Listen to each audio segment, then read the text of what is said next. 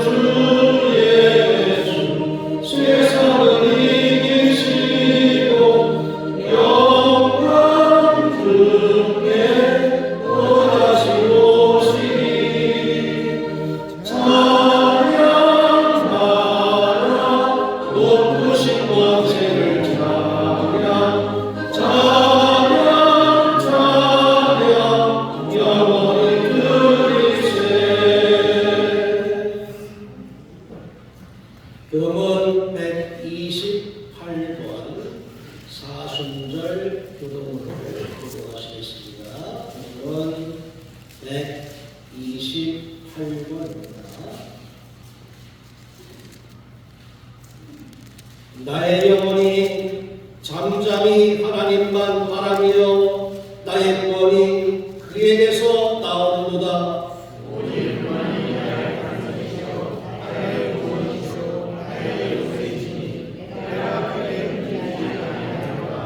넘어지는 담과 흔들리는 울타리같이 사람을 죽이려고 너희가 일제히 공격하기를 언제까지 하려느냐.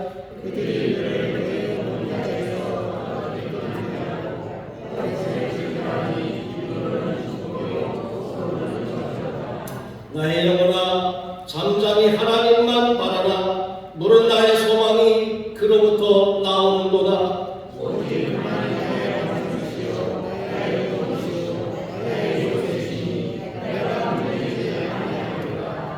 나의 구원과 영광이 하나님께 있으며 내 힘의 반석과 피난처도 하나님께 있도다.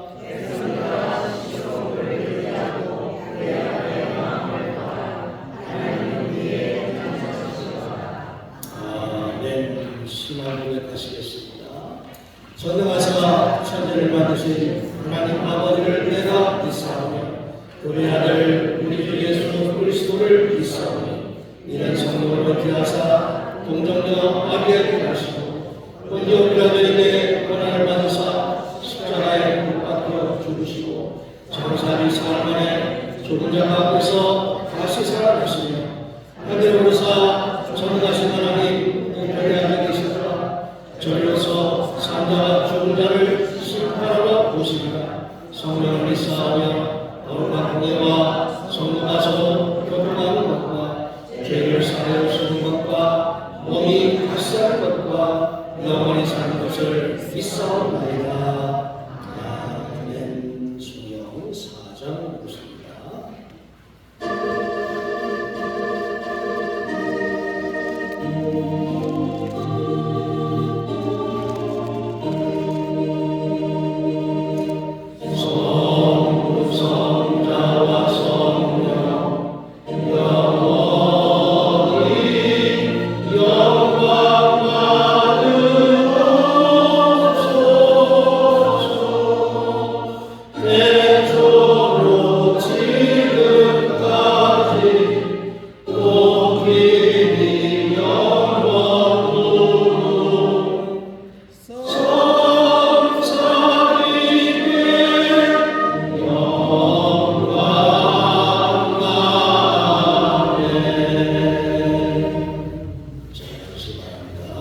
지린자 권사님, 우리를 대표해서 기도해 주시겠습니다.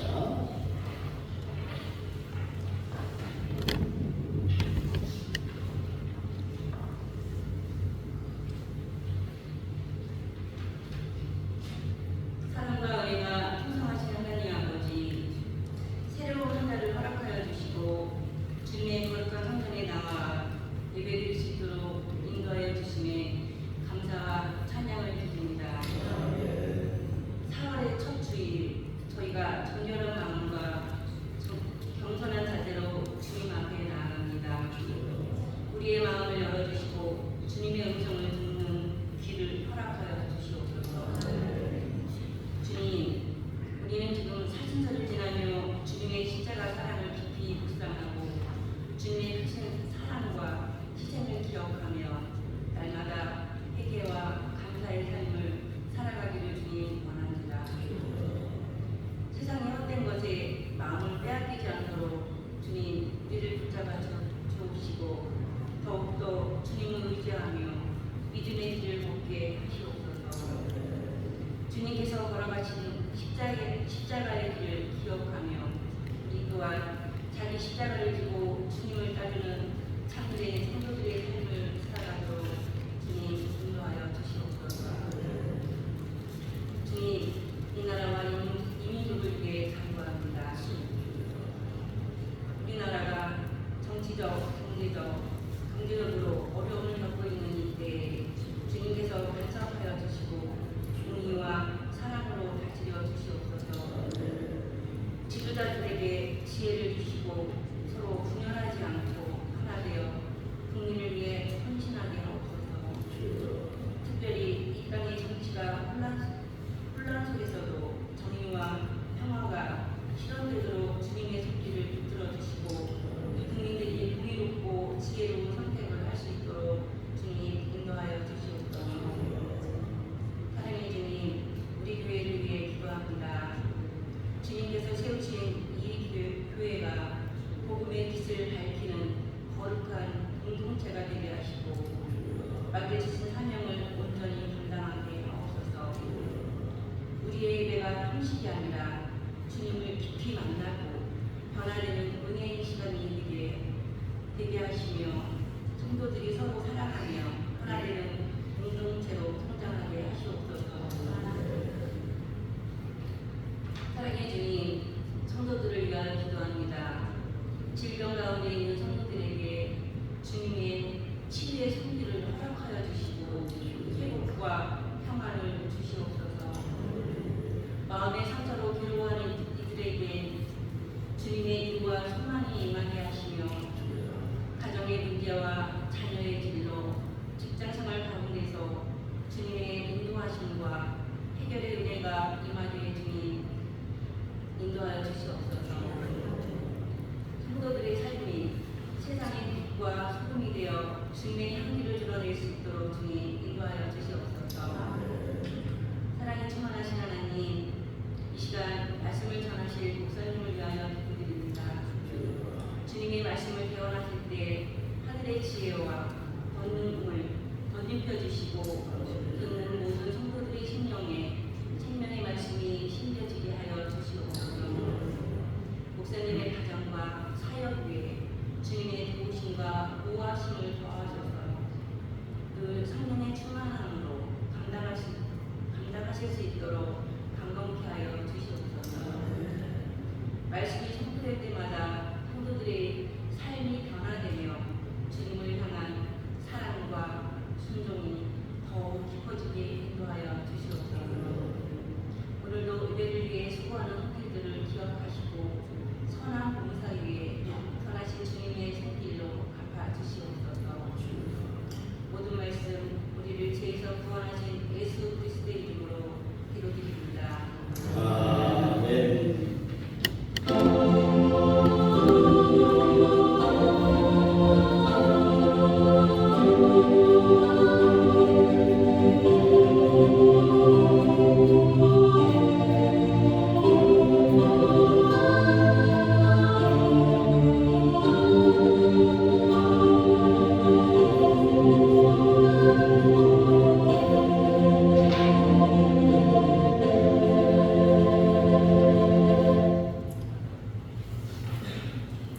찬송 135장 찬송하시겠습니다. 135장입니다.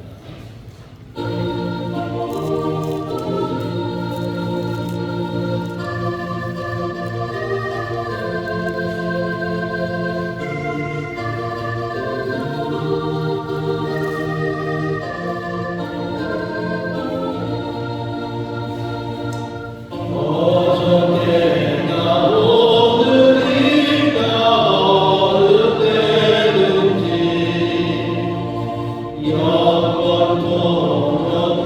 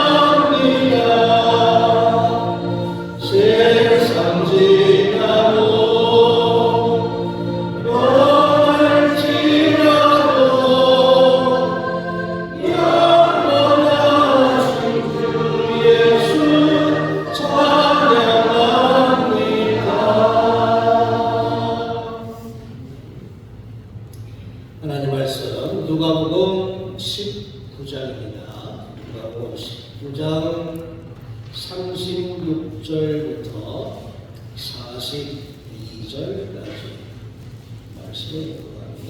누가복음 19장 36절부터 42절까지의 말씀. 가실 때에 그들이 자기의 겉옷을 길에 펴더라. 이미 감람산 내리막길에 가까이 오심에 제자의 온 무리가 자기들이 본 바 모든 능한 일로 인하여 기뻐하며 큰 소리로 하나님을 찬양하여 이르되 찬송하리로다. 주의 이름으로 오시는 왕이여 하늘에는 평화여 가장 높은 곳에는 영광이로다 하니 무리 중 어떤 바리새인들이 말하되 선생이여 당신의 제자들을 책망하소서 하거늘 대답하여 이르시되 내가 너희에게 말하노니 만일 이 사람들이 침묵하면 돌들이 소리 지르리라 하시니라. 가까이 오사 성을 보시고 우시며 이르시되 너도 오늘 평화에 관한 일을 알았더라면 좋을 뻔하였거니와 지금 내 눈에 숨겨졌도다. 아멘. 옛날 TV 프로그램 중에 웃으면 복이 와요 라는 프로그램이 있었습니다. 지금 돌아가셨지만 구봉소, 배상용, 김희갑씨 이런 분들이 나와서 코미디로 사람들을 즐겁게 했던 그런 프로그램. 예전엔 정말 즐거운 일이 그렇게 많지 않았을 때이고 먹고 사는 게 힘들었던 시절에 억지로라도 하여튼 좀 웃음을 줘서 좀 사람들의 마음을 편안하게 해 주고자 하는 그런 프로그램이었지 않을까 하는 생각을 합니다. 억지로라도 그렇게 좀 웃어보자. 웃는 얼굴에 침 뱉으랴 하는 그런 우리의 속담도 있지만 하여튼 웃음 또 웃는 모습 그것은 다른 사람들에게까지도 좋은 영향, 긍정적인 영향을 끼친다 하는 점에 있어서 웃음은 정말 우리가 가져야 될 행복의 한 요소라고도 말할 수 있을 것 같습니다. 그런데 예수님께서 복에 대해서 말씀하시기를 애통하는 자는 복이 있나니 저희가 위로를 받을 것입니다. 좀 우리가 생각하기에 좀 다른 쪽에 복에 관한 말씀을 하신 것을 우리가 알게 됩니다. 애통해 한다. 정말 가슴이 찢어지는 듯이 아프고 그래서 그것을 통탄하면서 간절하게 그 아픔에 같이 동참하려고 하는 그런 상태. 그것이 애통하는 자라고 말할 수 있겠죠. 웃으며 복이 와요. 우리는 그렇게 이야기하는데 예수님은 애통하는 자가 복이 있다 라고 하시는 그 말씀 속에는 그 시대가 정말 애통하지 못하는구나. 세상이 애통할 줄 모르는구나. 피리를 불어도 춤추지 못하고 고글에도 울지 않고 하는 등등의 무관심한 사회, 너무 세속적이고 개인주의화된 사회, 그것을 안타까워하신 그런 주님의 마음을 여기서 헤아려 볼 수가 있게 됩니다. 그러니까 애통하는 자가 복이 있다라고 그렇게 말씀하셨을 겁니다. 예수님도 울으셨을까? 예수님도 울으신 적이 성경에 여러 번 기록되고 있습니다. 예수님도 진정 사랑하는 마음 때문에 애통해 하시고 눈물을 흘리신 적이 성경에 여러 번 나오고 있는데 그 중에 하나가 나사로가 죽었을 때 예수님께서 늘 가까이 하고 집에도 자주 찾아가셨고 했던 그 나사로가 병들어 죽었을 때 예수님께서 눈물을 흘리셨다고 그렇게 성경에 기록하고 있습니다. 그러니까 베다니 동네에서 그 집에 죽었다는 소식을 듣고 방문하서 그 마음, 애통하는 마음들을 위로해 주시고자 하셨을 겁니다. 그럼에도 불구하고 그 주변에 마리아, 마르다 주변 사람들이 다 눈물을 흘리고 있는 그 상황 주님께서도 안타까워하시고 애통하셔서 눈물을 흘리시면서 진정으로 위로하신 그 모습, 주님도 그렇게 눈물을 흘리셨구나 하는 것을 알게 됩니다. 그리고 또 한 번은 겟세마네 동산에서 기도하시면서도 또 눈물을 흘리셨습니다. 십자가를 눈앞에 두고 마지막 기도를 하실 때 그때도 슬퍼하시면서 인류 구원을 향한 그런 애통하는 눈물, 그 눈물을 흘리셨던 것, 그것이 예수님께서 십자가를 지시면서 얼마나 그것이 힘드셨을까, 또 간절하게 기도하셨을까, 거기서부터 우러나오는 그런 눈물이라고 말할 수 있을 겁니다. 우리가 사순절 기간에 주님의 고난을 생각하고 있지만 정말 주님께서는 눈물로서 애통하는 마음을 가지고 인간을 그토록 사랑하셨구나, 죽기까지 사랑하셨구나 하는 것, 그것이 주님께서 우리에게 보여주셨던 애통의 하는 마음, 그리고 궁극적인 사랑의 모습이라고 말할 수 있을 겁니다.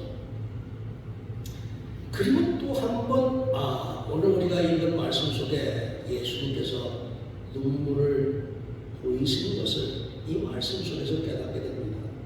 예수님께서 마지막에 예루살렘에 올라가실 때 이제 사람들에게 나귀를 가져와라, 나귀 새끼를 가져와라, 이런 등등의 그 앞에 내용들이 나옵니다.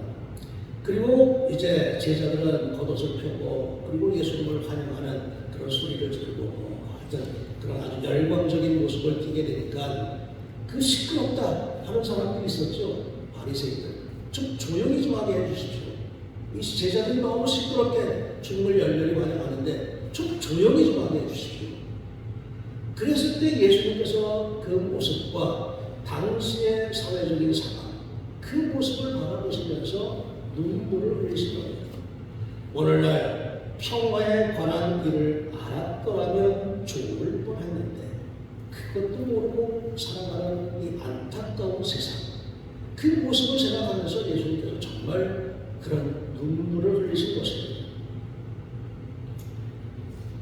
답답한 그 현실, 사회, 당시 이스라엘 상황은 우리가 잘 아는 대로 로마의 지배하에 있었고, 그런 지배하에서 정치, 경제, 모든 면에 있어서 참 우울하고 암담한 그런 현실이었음을 우리도 알고 있습니다. 그런 현실 속에서 고통하는 당신의 백성들, 그토록 사랑하셔서 이 땅에 오셨는데 그래도 고통 중에 있는 당신의 백성들, 그 마음을 생각하니까 예수님께서 눈물을 흘리지 않을 수 없었다 하는 이야기. 이러한 애통하는 마음, 예수님께서 눈물을 흘리셨던 그 마음, 우리도 주님의 마음을 좀 엿볼 수 있어야 되겠는데, 주님의 마음과 그 뜻을 우리가 좀 생각해 볼 수 있어야 되는데, 그래야 우리도 주님의 고난에 동참할 수 있고 또 주님의 사랑을 깨달을 수가 있고, 그로 인해서 우리들도 진정한 부활을 바라보고 소원하고 그리고 그 영광에 참여할 수 있지 않겠느냐 하는 점에 있어서 주님과 같은 마음, 그 마음이 좀 필요하다 하는 것을 주님의 모습 속에서 우리가 배우게 되는 겁니다. 오늘날 우리 사회도 정말 얼마나 암담한가 하는 것. 예수님께서 그 당시의 사회를 바라보셨을 때 눈물을 흘리셨던 그 모습과도 같은 모습들이 오늘날 우리 사회에 정말 만연해 있지 않습니까? 우리도 그런 좀 애통해하는 마음, 이 민족을 애통해하는 그런 마음이 주님의 마음처럼 그렇게 좀 있어야 되겠다 하는 것을 그래서 우리가 깨닫게 되는 겁니다. 나만 그냥 잘 먹고 잘 살면 되지, 그게 아니죠. 주님께서 원하시는 모습은 절대 그런 모습이 아닙니다. 정말 이 민족을 생각하면서 애통해하고 그리고 기도할 수 있는 그 믿음을 주님께서 원하십니다. 당시의 상황을 보게 되면 당시의 지도자들도 엄청나게 불쾌한 그런 모습들을 보여주었던 것을 알 수가 있습니다. 정의가 없는 나라, 그리고 모든 지도자들이 부패한 나라, 더더군다나 로마의 지배하에 있는 나라, 그런 모습을 보면서 예수님께서 탄식하시고 애통하실 수밖에 없었던 겁니다. 예루살렘아 예루살렘아, 선지자들을 죽이고 내게 파송된 자들을 돌로 치는 자여, 암탉이 그 새끼를 날개 아래 모음같이 내가 네 자녀를 모으려 하리니 몇 번이냐. 그러나 너희가 원치 원치 아니하였도다. 정말 안타까워하는 그런 마음의 그런 모습을 여기서 볼 수가 있습니다. 하나님께서 이스라엘 백성들을 얼마나 사랑하셨는가. 과거의 역사 속에서 일일이 하나하나 다 보여주셨던 것을 알게 됩니다. 애굽에서 노예살이 할 때도 그런 고통에서 구출해 주셨고, 가나안 땅을 나아갈 때도 굶주릴 때는 만나를 주셨고, 목마를 때는 생수를 주셨고, 앞길이 막혀 있을 때는 호개를 갈라서 길을 뚫어 주셨고, 그렇게까지 하나님께서 계속 인도해 주셨는데, 그래서 이스라엘 백성들을 젖과 꿀이 흐르는 가나안 땅에 들어갈 수 있도록 그렇게 축복해 주셨는데, 그런 하나님의 은혜와 사랑을 까마득하게 잊어버리고 이제는 하나님 없이도 살 수가 있다고 하는 교만, 이기심, 그것 때문에 점점 하나님을 잊어버리고 멀리했던 저들, 성전에 가서 제사를 드리긴 하지만 마음이 모아져서 진정으로 그 마음속에 하나님을 향해 예배하는 모습이 없이 그냥 형식적인 예배만, 형식적인 제사만 했던 저들의 모습. 또한 더더군다나 이미 하나님을 떠나서 우상을 섬기는 사람들도 있고, 신령이 타락하고 부패하고 마귀의 역사가 점점 크게 일어나게 되고, 이런 부패한 모습들에 대해서 예수님께서 안타까워하셨다는 이야기입니다. 애통해하셨고 그 결과 눈물을 흘리지 않을 수가 없다 하는 것. 일찍이 이사야 선지자도 이스라엘의 모습에 대해서 이렇게 이야기합니다. 슬프다 범죄한 나라여, 허물진 백성이요, 행악의 종자여, 행위가 부패한 자식이로다. 그들이 여호와를 버리며 이스라엘의 거룩한 자를 만홀히 여겨 멀리하고 물러갔도다. 이사야 선지자도 신랄하게 이스라엘 백성들을 향해서 비판의 그런 책찍을 드린 것을 알 수가 있습니다. 그럼에도 바뀌지 않는 이스라엘의 모습, 그런 모습 가운데서 예수님께서 정말 애통해하셨다는 이야기. 우리 민족도 정말 하나님의 사랑을 얼마나 많이 받은 민족인데, 정말 부활절 시대에 이 민족이 어려웠을 때 이 민족에게 복음이 들어올 수 있는 길을 열어주셨고, 일제야 그 압제 속에서도 그것을 헤쳐나갈 수 있는 그런 힘을 기독교인들을 중심으로 해서 그런 힘을 불어넣어 주셨죠. 동족 상잔의 비극 속에서도 그것을 다 이겨나갈 수 있도록 그렇게 살펴주셨죠. 그리고 이제는 그래도 전 세계에서 이 민족이 그래도 잘 살고 있다 하는 그런 모습을 보여줘요. 우리가 지하 자원도 없고 또 나라가 분단되어서 국방비로 많은 비용이 들어갈 수밖에 없는 그런 상황 가운데서도 정말 이 나라가 얼만큼 이렇게 성장을 이루어 왔는데, 그런데 이제는 하나님을 잊어버리고 있는 그런 모습, 주님께서 보게 되면 얼마나 안타까워하실까. 2000년 전에 그렇게 안타까워하셨던 주님, 지금의 우리의 모습을 모두 똑같이 애통해하실 것이다, 정말 안타까워하실 것이다 하는 것을 이 주님의 모습 가운데서 우리가 느끼게 되는 겁니다. 1970년대 이후로 한국 기독교가 정말 아주 급속도로 많은 인원이 늘어나면서 성장을 하게 되죠. 그 당시 뜨거운 마음이 정말 방방곡곡에 교회마다 넘쳐났습니다. 각 곳에서 붕괴, 사경에 정말 말씀을 배우고자 하는 열정들이 얼마나 넘쳐났던지, 아마 지금까지 쭉 신앙을 이어오신 분들은 과거를 생각해보면 그땐 그랬지 라는 생각을 아마 다 갖고 계실 것 같습니다. 그때는 그랬지. 근데 지금 이렇게 생각해보게 되면 그때보다는 그래 우리의 마음이 지금 좀 더 잘 살게 되었는데 이제는 그 마음 점점 식어지고 있는 것은 아닌가 하는 것을 우리가 다시금 재밌게 되는 겁니다. 1970년대만 하더라도 각 교회 통계를 보게 되면 재적 교인의 한 75% 정도는 매주 교회에 출석했다라는 통계가 있습니다. 재적은 하여튼 한 번 나왔던 두 번 나왔던 교회에 발기를 두었던 그 인원, 그게 이제 그런 재적 인원인데, 그 중에 75% 정도는 주일 꼭 참석하면서 주일 예배를 드렸다 하는 통계가 있습니다. 점점 세월이 흘러서 90년대 들어가니까 재적교인이 출석하는 그 통계가 줄었다라고 하는 통계가 있습니다. 한 45%만 매주일 참석하고 나머지는 왔다 갔다 그냥 이렇게 가끔씩 나오거나 아니면 좀 쉬거나 그러다가 지금은 얼마일까? 이제 지금은 우리도 미국이나 유럽 사회같이 점점 낮아져서 도시교인들의 재적 통계를 보게 되면 재적교인의 출석률은 한 30%라고 그렇게 통계하는 그런 결과가 있습니다.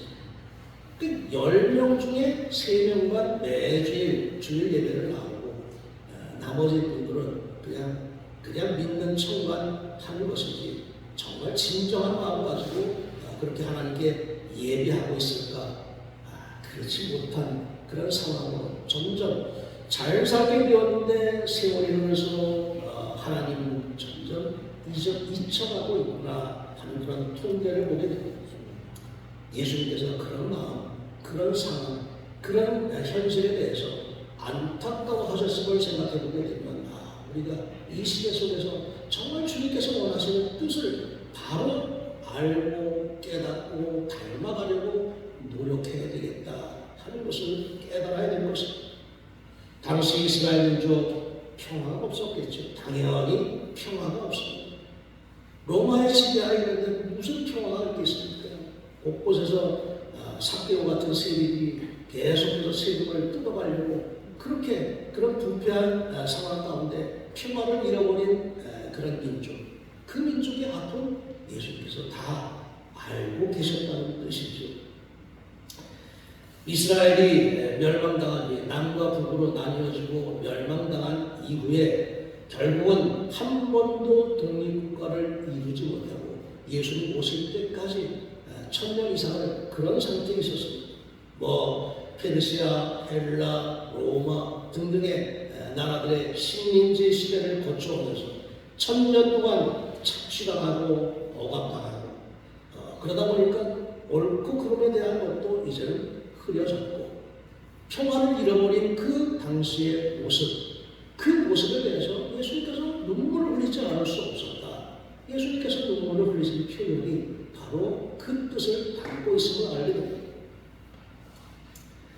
로마 식민지하에 있음에도 불구하고 백성들은 도탄에 빠져 있었고 그 마음도 다 분열되어져 있었습니다. 사두개파, 바리새파 이렇게 당파가 이렇게 나뉘어져 있었고 또 지역도 북부 갈릴리를 중심으로 하는 지역, 중부 사마리아를 중심으로 하는 지역, 남부 유다를 중심으로 하는 지역이 딱딱 나뉘어져서 특별히 사마리아는 상종도 하지 않았죠. 다 조그만 나라가 이제는 그 남의 나라의 지배를 받고 있음에도 불구하고 다 이렇게 분열되어진 그 상황 얼마나 안타까웠을까. 그런 점에 있어서 예수님께서 그 당시에 평화를 잃어버린 그 민족의 상황에 대해서 정말 안타까워하셔서 알 수가 있습니다. 또 한 가지 당시 성전은 그러면 제대로 되어 있었을까? 교회는 바로 서 있었을까? 교회도 마찬가지였죠. 예수님 당시의 성전도 예수님께서 얼마나 그 성전의 부패한 모습에 대해서 안타까워하셨는가? 성전 헐어버리라 그렇게 말씀하신 것도 있죠. 이 성전을 헐어버리면 내가 3일 만에 다시 짓겠다. 그 성전을 헐어버리라는 이야기, 성전으로서의 부실을 하지 못하고 있다 하는 것을 지적하고 깨우치는 그런 말씀이라고 할 수 있습니다. 사명을 저버린 그 성전의 안타까운 모습 예수님께서 눈물을 흘리지 않을 수가 없었구나 하는 것을 주님의 모습 속에서 우리가 배우게 되는 겁니다.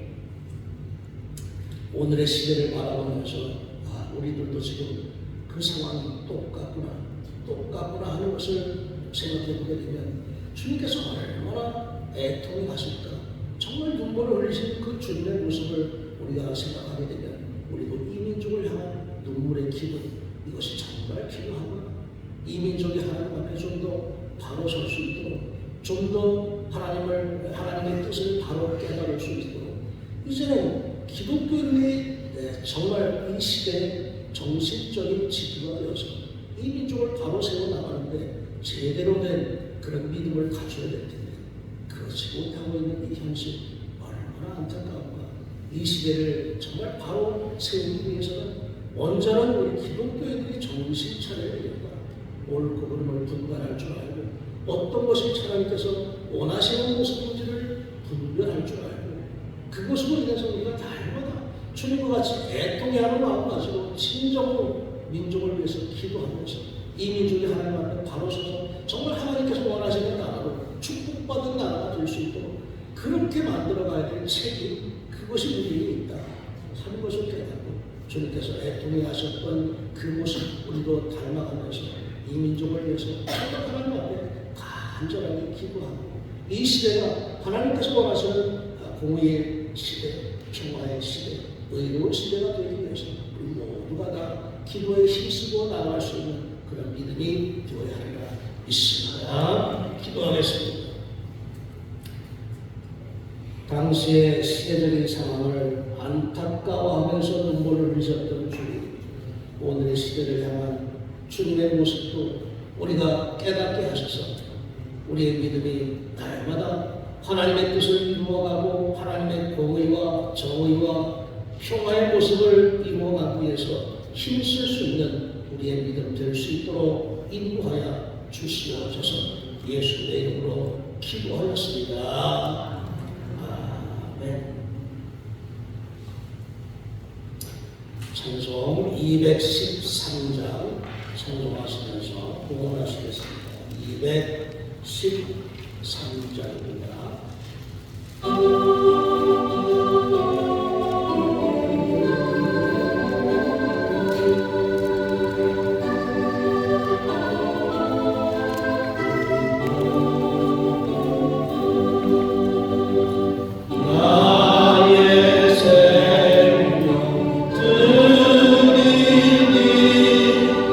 주여 받아주소서.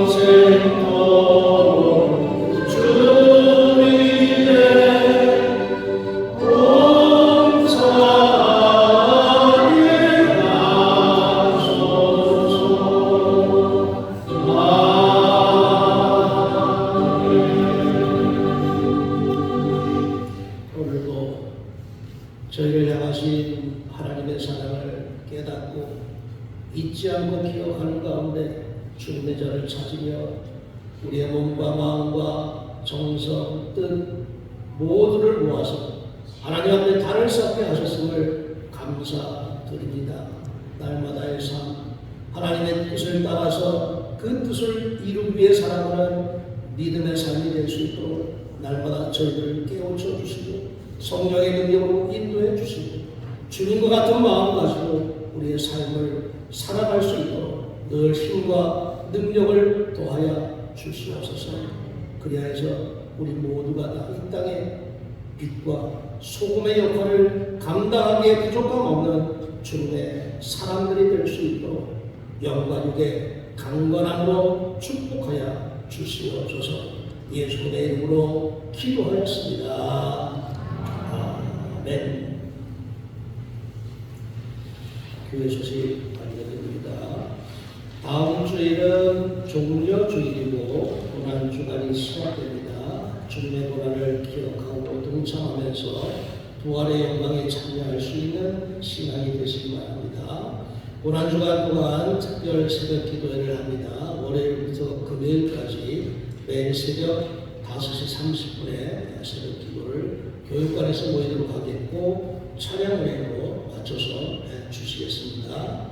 그리고 고난 주간 동안에는 하루 한 끼 금식하면서 주님의 고난에 참여하시고 금식 헌금을 통해서 또 이 어려운 교회를 돕는데 그렇게 함께 힘을 모으시기 바랍니다. 이번 주 단자가 찾아갈수 사랑속이 되겠습니다. 그리고 다음 주 속회는 사랑속 주간 연합속회로 모이면서 세족식도 해가도록 하겠습니다. 금년도 부활주일은 4월 20일인데 부활주일에는 세례식과 성찬식도 해가도록 하겠습니다. 연충 집사님께서 복숭아 묘목, 천도 복숭아입니다. 천도 복숭아 묘목을 이렇게 기증해 주셨는데 필요하신 분들 하나씩 가져가시면 되겠습니다. 다 같이 일어나셔서 289장 찬송하시겠습니다. 289장 찬송하시고 결단행도 드리겠습니다.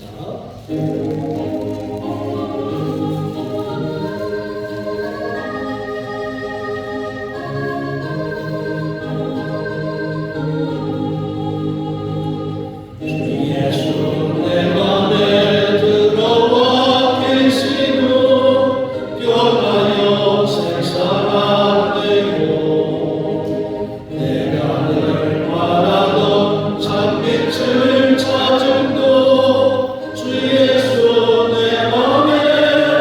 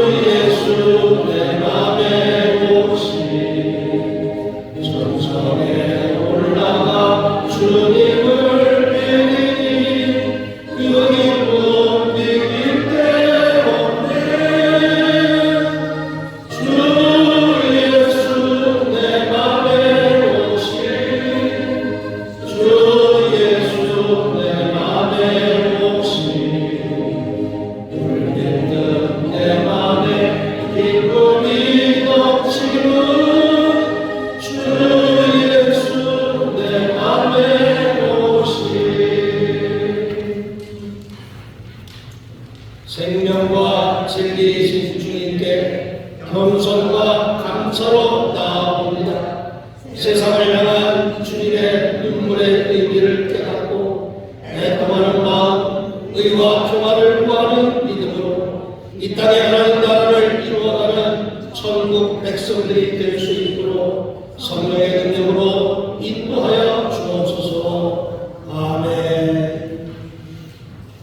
지금은 성부와 성자와 성령님의 날마다 저희를 돌보시고 감찰해 주시는 은혜와 사랑의 역사가 오늘도 안식일을 기억하여 거룩하게 지키면서 저희를 향한 주님의 눈물의 의미를 깨달으면서 우리의 모든 삶이 이 땅에 하나님 나라를 이루어가는 담대한 믿음의 삶이 될 수 있도록 우리에게 힘과 능력을 주시옵기를 간절히 축원하옵나이다.